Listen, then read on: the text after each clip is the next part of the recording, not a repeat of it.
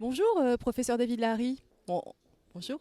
On vous connaît bien, vous êtes gastro-entérologue au CHU de Bordeaux. Mais nous sommes en direct des GIFOD et vous allez nous expliquer un petit peu ce que c'est les GIFOD parce que l'organisateur des GIFOD, c'est la Société nationale de gastro et vous êtes secrétaire général de la Société nationale de gastro. Bravo à vous d'ailleurs, félicitations. Donc expliquez-nous un petit peu les GIFOD, la Société nationale de gastro, c'est quoi l'articulation entre les deux?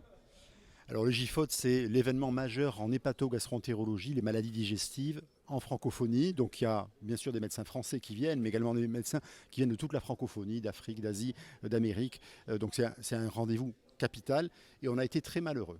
Parce que ces 2 dernières années, ce congrès qui se tient au mois de mars n'a pas pu se tenir normalement en raison des conditions que tu peux imaginer. Et donc depuis 2019, nous n'étions pas revenus au Palais des Congrès pour ce congrès en présentiel. Donc il y a une ambiance quand même, je trouve, un petit peu euphorique, où les gens ont beaucoup de plaisir à se retrouver.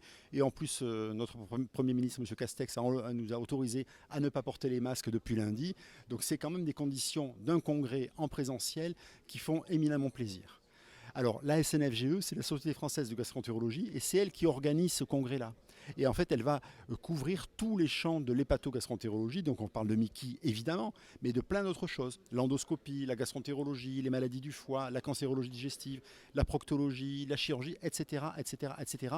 Et donc, tous les hépato-gastroentérologues concernés par les maladies digestives vont venir au GIFOD, soit en présentiel au Palais des Congrès, mais ils peuvent même rester chez eux parce qu'on a fait une formule hybride.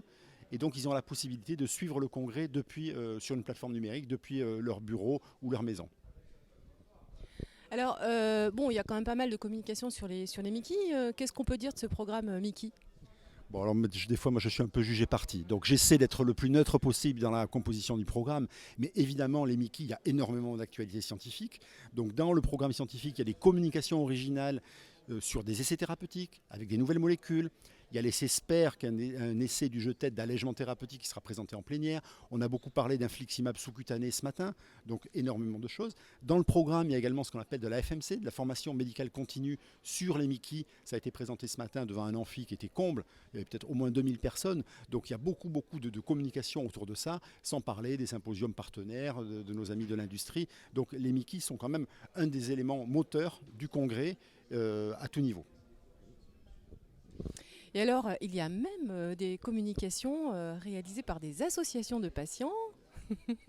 Et je pense que c'est quand même très très ouvert parce qu'il y a aussi un village des associations ici. Donc c'est vraiment une communauté très diversifiée autour de la gastroentérologie. Absolument. En fait, on voit quand même de plus en plus que les associations, l'AFA c'est le modèle, hein, c'est une figure de proue, mais que les associations ont un rôle moteur dans les événements, dans la recherche.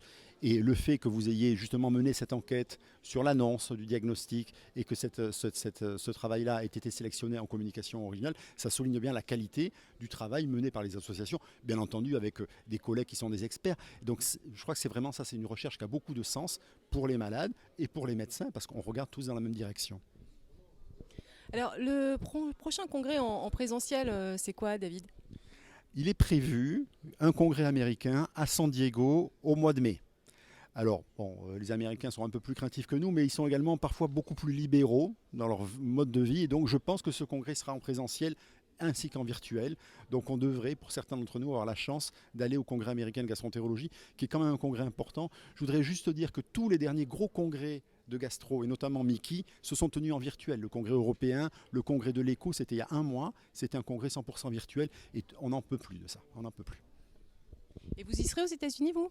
J'espère bien. Si la huitième vague Covid ne m'emporte pas, je suis vacciné bien comme il faut, donc normalement, je devrais arriver à m'en sortir. Merci beaucoup.